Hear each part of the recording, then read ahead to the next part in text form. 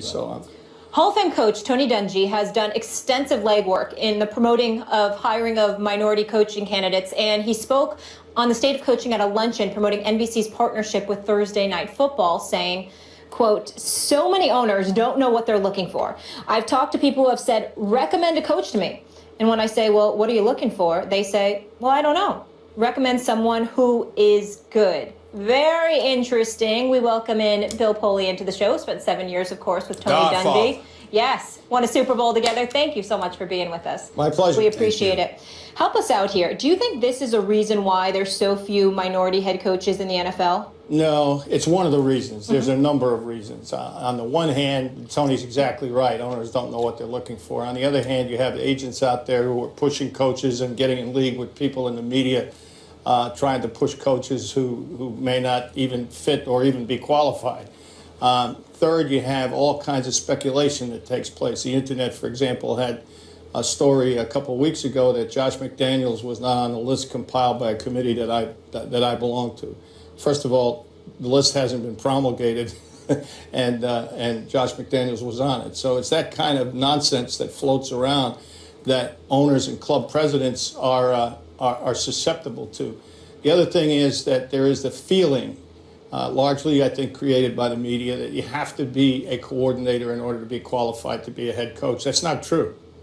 In fact, there have been many head coaches, including my mentor, Marv Levy, who was not a coordinator, and good ones. So there are a number of things that are taken into consideration. Fortunately, this year we have a number of, not a great number, but a number of really good minority coaches who may be available to fill needs. But in the end, it's the owner and the people around him who make the decision. And oftentimes the football people don't have the loudest voice in the room, which is, in my opinion, a mistake. I think it does have something to do with it for a very kind of stupid reason. And this happened, sports you would think would be run much more efficiently. But for years we see that wasn't the case. How slow was baseball to accept analytics, and now every single team relies on them heavily because they work. The early adopters of analytics and who employed them enjoyed great success and a huge advantage until the slow ones caught on, right? So it's not always run efficiently. And one of the ways I think sports is inefficient, particularly the NFL, is that people cast in their minds. So if the owners don't know what they're looking for, they cast. I want a guy, that coach is good. I want someone who reminds me of him. Go get me someone who reminds me of him. And sometimes it's as simple as that's the way they look. I really think that plays into it. They remind him of a guy who just had success. And only recently do you hear things like, hey, you know who Jameis Winston reminds me of? Ben Roethlisberger, right? And not just when you saw an African-American quarterback, another African-American quarterback, because the casting people do in their minds often is simply the way they look, and what people see oftentimes is race. So I think it's going to be an ongoing and slow process, gradual process, but the more minority, quote unquote, candidates you see and coaches you see in the league, I think that will have a kind of ripple effect in increasing the speed at which this stuff happens. Well, I want to chime in here by first saying that, you know, for years, Max Molly, y'all may not know this, but ever since this man, Bill Poley, has been working here, it's been a treasure for me, because every time I'm around him, he teaches me more and more about the game of football. And I've always appreciated that about him. And I want to thank you for being on the show. The thing that I love when I talk to Bill Poley is that, like many, I have preconceived notions. When I think about the paucity of African Americans that happen to be coaching in the sport of professional football, I hearken back to a quote that was attributed to Bill Walsh years ago, in terms of the need for individuals to ingratiate themselves with us so we can get to know them better and things of that nature. When I talk to a Bill Poley, and I'm talking to somebody that I view as an executive and as a teacher who is knowledgeable about his profession and knows what's needed, Bill, I don't know if we can necessarily get that from a lot of guys that are or have been in your positions or are in your positions. It seems to me like there's this penchant to bring people on board, either that they're personally comfortable with or that they believe the owners would be comfortable with. How much credence do you give to that thinking, if any at all? Well, there's some to it. You know, there's a lot of truth to all of these statements. I don't, by the way, think people necessarily cast for race, for or against. The bottom line is that there are usually more than one person involved in the decision. It's rare when it's only one person. George Young had that. I had that in Indianapolis, but it's rare. So you get people who really don't understand what the game on the field is all about and have perhaps marketing concerns, have perhaps image concerns, have perhaps preconceived notions based on what they read or hear in the media. And they bring into the mix and into the interview process things that really are extraneous. And oftentimes you don't get to the important stuff. Mm-hmm. And so two things have to happen, in my opinion. You're not going to change the makeup of who makes the decision. That's the owner's call. But we need to do a better job, as Bill Walsh did with the original Stanford project many, many years ago. Yes. We need to get minority coaches prepared for the interviews. That's the first thing we need to do. And that the committee on which I serve is working on that. We need to get them prepared for the interviews so they know that they have to present staff and they have to present good and solid staffs, that they know they have to, what questions they have to answer. They know they have to talk about the style of football they want. They know they have to set the vision for how they want the Why don't they know play. that now, do you think? Well, because assistant coaches and coordinators don't think that way. They're not in that mode. They're getting a game plan ready. They're not thinking about what my staff is going to be, so we got to help them do that. Why is it that the white candidates don't need that same help? They do. They do. Oh, yeah. Everyone sure. across Absolutely, the they board. do. Everyone across the board. I see. Yeah. I see. White candidates interview just as poorly as black candidates so in other words, because there are fewer minority candidates to begin with who are getting the opportunity, That's the second it's part even of it. more important that they are fully prepped for the opportunity. That's the second part of it. We don't have enough minority quarterback coaches. We don't have enough minority coordinators. That's the second part of the puzzle. Right. And when we get that, and we're working toward it, Bill, we're trying to get the pipeline full. How concerning is What it? resistance? I'm sorry. I wanted to know, what resistance do you believe actually exists to that happening? What you just said about getting more minority quarterback coaches, more minority coordinators, etc. What's the impediment in that regard? Number one, the growth process. They got to start at the college level. That's where most coaches start. Secondly, we got to get more quality control people on the offensive side of the ball who are minorities. That's where they start. Fill the pipeline, and at the other end, candidates will emerge. So is it fair for somebody like me to look at the paucity of African American coaches in the sport of college football, particularly on a D1 level, and say that is contributing to the lack of black coaches on the NFL level? You're Again, not getting to some them. degree, that's true. You're not addressing that issue in college. Yeah, that's true. Do you feel that the Rooney Rule was the kind of necessary first step in order for this pipeline issue to even be an issue? In other words, first you need to make sure that minority candidates are even looked at, or has this been done backwards? No, without question, the Rooney Rule was the most significant advancement in sports. Forget about just football, in sports for minorities. And it's been followed and replicated by other sports. Commissioner Tagliabue should be in the Hall of Fame for that alone. That alone. Yeah. So we had to have that.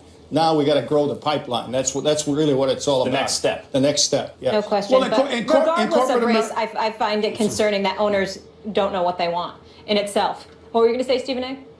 No, I was saying that in corporate America, what you have is a situation where it's mandated that there's a certain number of African Americans in particular professions that get accorded opportunities. I'm glad the Rooney Rule is in place. Please don't get me wrong. But I'm saying that the mandate that exists in corporate America, that doesn't seem applicable with the NFL as it pertains to the Rooney Rule. Do you have any issue with that whatsoever, Bill?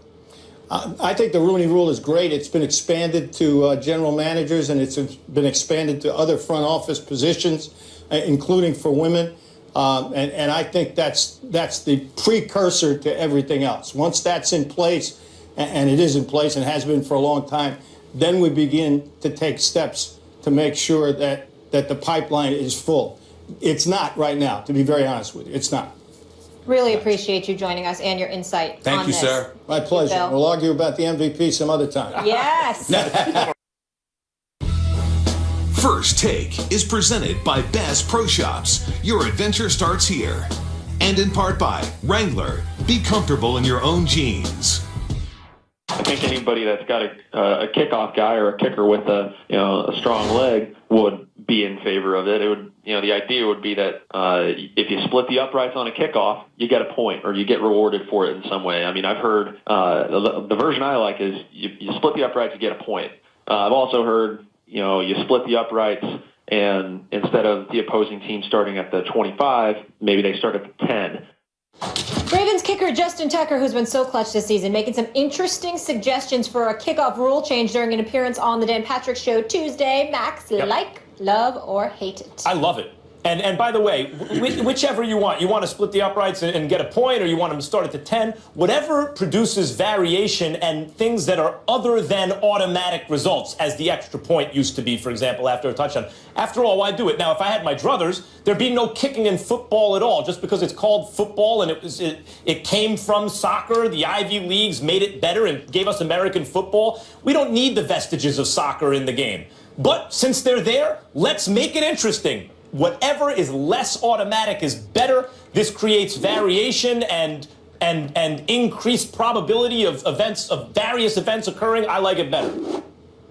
That's the stupidest thing I've ever heard come out of a football player's mouth. No wonder why people want to get rid of kickers. Exactly. He's not a football player. He's a kicker who's, by the way, perfect this year. I mean, what is it here? He's made all 27 of his field goals. All right. I mean, he's been perfect this year, but I don't give a damn. It's just nonsense from somebody I don't want to hear a damn thing from because you're a kicker. You're lucky to be in a damn uniform on a football field. You got to be kidding me. So let me get this straight.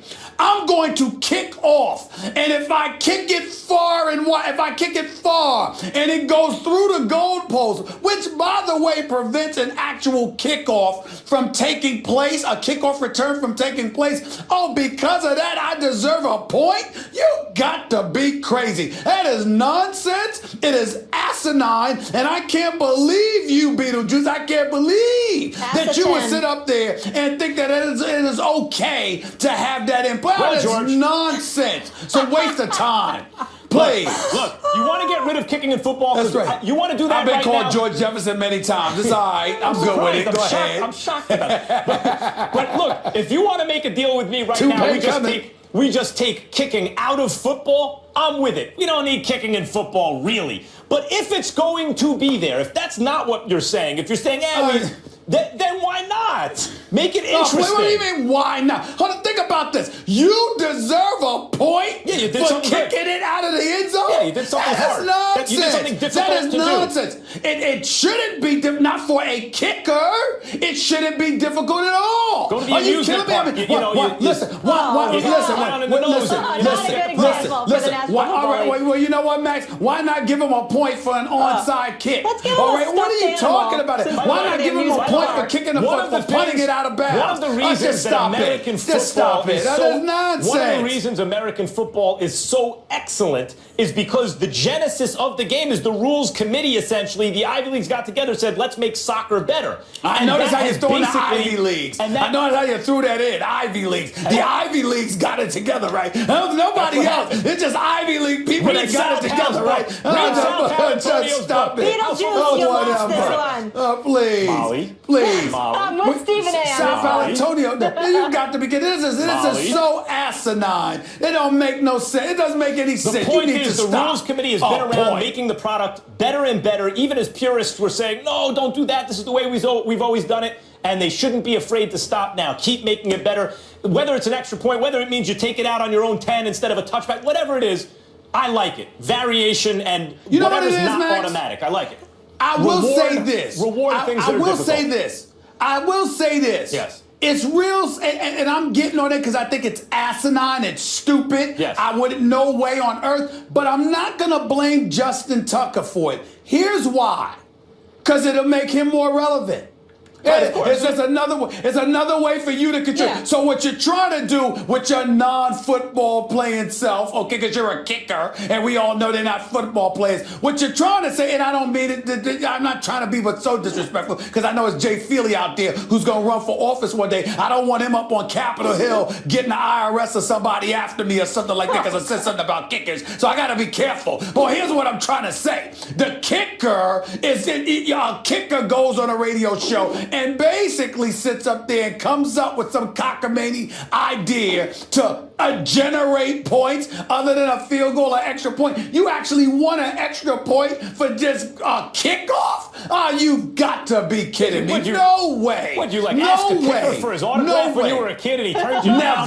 Never. What happened? Never. I will ask Jay Feely for his autograph once he successfully runs for office, whether it's Congress or senator, because I think that he's going to be a good politician. I'd ask him for his autograph, maybe. I doubt it, but he would deserve it if I With a asked. kicker. Everybody's got an Come on agenda, now. even Justin Tucker. Can't blame him, right? Baltimore hosts Miami Sunday. That is going to be a good I wouldn't one. be like this if this was Jay Feely, though. I would be Okay. nicer because I love All Jay right. Feely. You've got I would good be feelings. nicer. Enough. But damn it, the Enough. idea is Enough ridiculous. with the man The idea is crush on Jay ridiculous. Feely. Hermit, you're trying to get through with something like what's The man crush. I gotta be careful. Jay Feely's a politician, man. He come can on. hurt me. I can't He hear might that hurt me name one one more day. time.